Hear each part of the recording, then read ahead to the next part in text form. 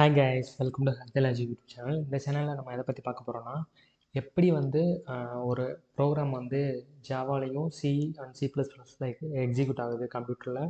அப்புறம் வந்து எப்படி வந்து ஜாவா வந்து பிளாட்ஃபார்ம் இண்டிபெண்ட் அப்படிங்கிறத பற்றி தான் இந்த வீடியோவில் வந்து பார்க்க போகிறோம். ஓகே கைஸ், ஸோ ஃபஸ்ட்டு இப்போ நம்ம சி ப்ளஸ் ப்ளஸ் எடுத்துக்கிட்டோன்னா, ஃபஸ்ட்டு இப்போ நான் இது இந்த இடத்துல இது வந்து நம்மளோட சோர்ஸ் கோடு. ஓகேவா? இந்த ஃபைல் வந்து நம்மளோட சோர்ஸ் கோடு. தென் வந்து ஒன்ஸ் நம்ம வந்து கம்பைலர் யூஸ் பண்ணி இந்த இடத்துல வந்து கம்பைல் பண்ணுறோம். கம்பைலர் யூஸ் பண்ணி கம்பைல் ஆனதுக்கப்புறம் நமக்கு வந்து first.exe அப்படின்னு ஒரு ஃபைல் வந்து கிடச்சிருது. இந்த EXE ஃபைலில் என்ன சொல்கிறோம், இது வந்து டேரெக்டாக மிஷின் கோடாகவே கன்வெர்ட் ஆகுது. ஸோ இது வந்து டேரெக்டாகவே ஹார்ட்வேர்லேருந்து எக்ஸிக்யூட் ஆக முடியும். பட் இப்போ இங்கே வந்து ஹார்ட்வேர் இருக்குன்னு வச்சுக்கோங்களேன். இந்த first.exe ஃபைல் வந்து மிஷின் கோடாக தானே இருக்குது. ஸோ டேரெக்டாக வந்து இந்த ஹார்ட்வேரில் இதை வந்து எக்ஸிக்யூட் பண்ண முடியும். பட் எப்போவுமே ஒரு கோட் வந்து எப்படி எக்ஸிக்யூட் ஆகும்னா, ஃபஸ்ட் வந்து இதை ஆப்ரேட்டிங் சிஸ்டம் மூலிமா கம்யூனிகேட் பண்ணி இந்த இடத்துல என்ன நடக்குதுன்னா, சிஸ்டம் கால்ஸ்னு ஒரு ஆப்ரேட்டிங் சிஸ்டமில் வந்து சிஸ்டம் கால்ஸ்னு ஒரு டெர்மினாலஜி இருக்குது. ஸோ இதை என்ன பண்ணோன்னா, ஒவ்வொரு இதுவும் இப்போ ஃபார் எக்ஸாம்பிள் ஒரு ஃபைலை ரீட் பண்ணோன்னா அதுக்கு வந்து ஒரு சிஸ்டம் காலில் வந்து ஆப்ரேட்டிங் சிஸ்டம்கிட்ட வந்து சொல்லும். அது வந்து அந்த ஆப்ரேட்டிங் சிஸ்டம் வந்து ஹார்ட்வேர் கூட கம்யூனிகேட் பண்ணி நமக்கு வந்து தேவையான அவுட்புட் வந்து கொடுக்கும். ஸோ இப்படி தான் வந்து இந்த C++ல வந்து எக்ஸிக்யூஷன் வந்து நடக்குது. ஓகே. ஓகே. தென் வந்து நம்ம ஜாவா போயிடுவோம். ஜாவாவில் ஃபஸ்ட்டு என்னென்னா, ஃபஸ்ட்டு இது வந்து நம்மளோட சோர்ஸ் கோடு, நம்ம எழுதின கோட். ஃபஸ்ட்டு நம்ம என்ன பண்ணுவோம், கம்பைல் பண்ணுவோம். அதாவது ஜாவா சி அப்படிங்கிற கம்பைலர் யூஸ் பண்ணி ஃபஸ்ட்டு நம்ம கம்பைல் பண்ணி ஒரு first.classங்கிற ஒரு ஃபைலை வந்து ரெடி பண்ணிடுவோம். இந்த ஃபைல் என்னென்னா ஒரு இன்டர்மீடியேட் கோடு தான். அதாவது இது ஒரு எக்ஸிக்யூட்டபிள் ஃபைல் கிடையாது. லைக் இங்கே எடுத்துக்கிட்டோம்னா இந்த சியில் வந்து இது ஒரு எக்ஸிக்யூட்டபிள் ஃபைல். பட் இன் ஜாவான்னு எடுத்துக்கிட்டோன்னா இது வந்து ஒரு பைட் கோடு தான். அதாவது எரர் ஃப்ரீ சோர்ஸ் கோடுன்னு சொல்லலாம்.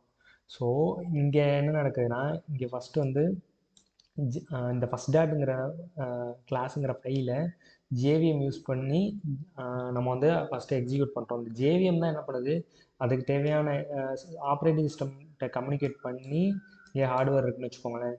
இந்த ஹார்ட்வேரில் வியா ஆப்ரேட்டிங் சிஸ்டம் மூலியமாக நமக்கு வந்து கம்யூனிகேட் பண்ணி நமக்கு வந்து அந்த சோர்ஸ் கோட் வந்து எக்ஸிக்யூட் பண்ணுது. இது வந்து இன் ஜாவா. ஸோ ஓகே, இப்படி தான் வந்து எக்ஸிக்யூஷன் வந்து நடக்குது.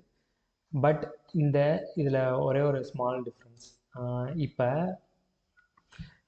இங்கே நம்ம கம்பைல் பண்ணோன்னே என்ன ஆகுது, அந்த ஆப்ரேட்டிங் சிஸ்டம் ரெலவெண்ட்டான ஃபைல் வந்து ஜென்ரேட் ஆகுது. இப்போ நான் first.cppங்கிறத நான் விண்டோஸ் ஆப்ரேட்டிங் சிஸ்டமில் எக்ஸிக்யூட் பண்ணேன்னு வச்சுக்கோங்களேன். இங்கே கிடைக்கிற ஃபைல் வந்து எனக்கு first.exeங்கிற ஒரு ஃபைல் கிடைக்குது. இதுவே நான் லினக்ஸில் எக்ஸிக்யூட் பண்ணேன்னா அதோட டார்கெட் ஃபைல் என்ன இருக்கோ அது வந்து அந்த ஃபார்மேட்டில் வந்து ஜென்ரேட் ஆகும். இதுவே மேக் ஓஎஸ் எடுத்தோம்னா அதோட ஃபார்மேட்டில் வந்து ஜென்ரேட் ஆகும். ஸோ தென் ஒன்லி நம்ம வந்து அப்போ இந்த சியில் எழுதணும்னா ஒரே ஒரு ஆப்ரேட்டிங் சிஸ்டமில் மட்டும்தான், அதாவது எதில் நம்ம எழுதுகிறோமோ அந்த ஆப்ரேட்டிங் சிஸ்டத்தில் மட்டும்தான் நம்மளால் கம்பைல் பண்ணி அதை வந்து ரன் பண்ண முடியும். பட் இன் ஜாவான்னு எடுத்துக்கிட்டோன்னா ஒன்ஸ் நான் வந்து அதாவது இதை வந்து வாரா அப்படிங்கிற டேம் வந்து யூஸ் பண்ணுவாங்க. WORA, அதாவது ரைட் ஒன்ஸ் ரன் எனிவேர். ஒரு தடவை நான் ரைட் பண்ணிட்டு அதை கம்பைல் பண்ணி அந்த கிளாஸ் ஃபைல் வந்து ஜென்ரேட் ஆகிடுச்சுன்னா இந்த கிளாஸ் ஃபைலை நான் எடுத்து கொண்டு போய் விண்டோஸ் ஆப்ரேட்டிங் சிஸ்டமும் ரன் பண்ணலாம், தென் வந்து லினக்ஸ்லேயே ரன் பண்ணலாம், மேக் ஓஎஸ்லேயே ரன் பண்ணலாம். ஓகேவா? ஸோ இப்போது ஃபார் எக்ஸாம்பிள் இதில் இன்னொன்று என்னென்னா, இங்கே வந்து ஜாவா வந்து பிளாட்ஃபார்ம் இண்டிபெண்ட். பட் ஜேவிஎம் எடுத்துட்டோம்னு வச்சுக்கோங்களேன், ஜேவிஎம் வந்து பிளாட்ஃபார்ம் டிபெண்ட். விண்டோஸுக்கு தனியாக ஜேவிஎம் இருக்குது, லினக்ஸுக்கு தனியாக ஜேவிஎம் இருக்குது, மேக் ஓஎஸ்க்கு தனியாக ஜேவிஎம் இருக்குது.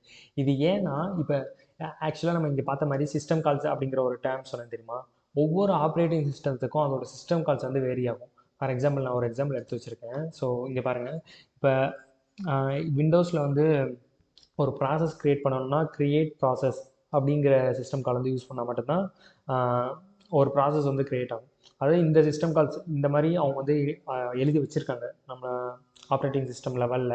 பட் லினக்ஸ் எடுத்துக்கிட்டோம்னா ஃபோர்க், இங்கே வந்து எக்ஸிட் ப்ராசஸ், இங்கே எக்ஸிட். ஸோ இந்த மாதிரி ஒவ்வொரு ஆப்ரேட்டிங் சிஸ்டத்தை பொறுத்தும் வந்து அதோட சிஸ்டம் கால்ஸ் வந்து மாறுது.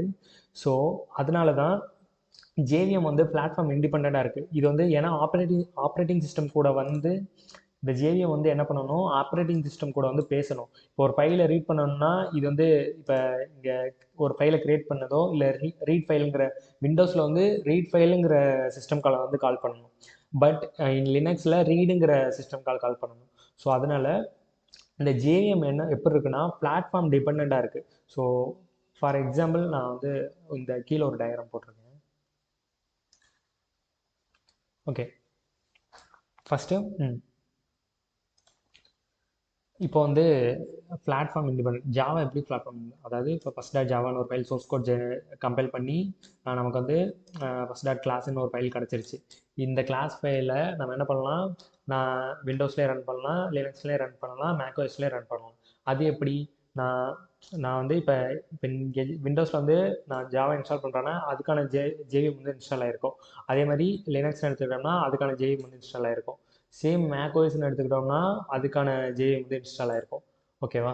ஸோ அந்த ஜேவிஎம்மை பொறுத்து இது என்ன பண்ணுது, ஒவ்வொரு ஆப்ரேட்டிங் சிஸ்டத்துலேயும் இப்போ நான் வந்து இங்கே நான் எழுதின கோடை கம்பைல் பண்ணிட்டேன்னா எனக்கு கிடைக்கிற அந்த எரர் ஃப்ரீ அந்த கிளாஸ் ஃபைல் இருக்குல்ல, அதை எடுத்துக்கொண்டு போய் என்னால் லினக்ஸ்லேயே ரன் பண்ண முடியும், என்னால் மேக்ஓஎஸ்லேயே ரன் பண்ண முடியும்.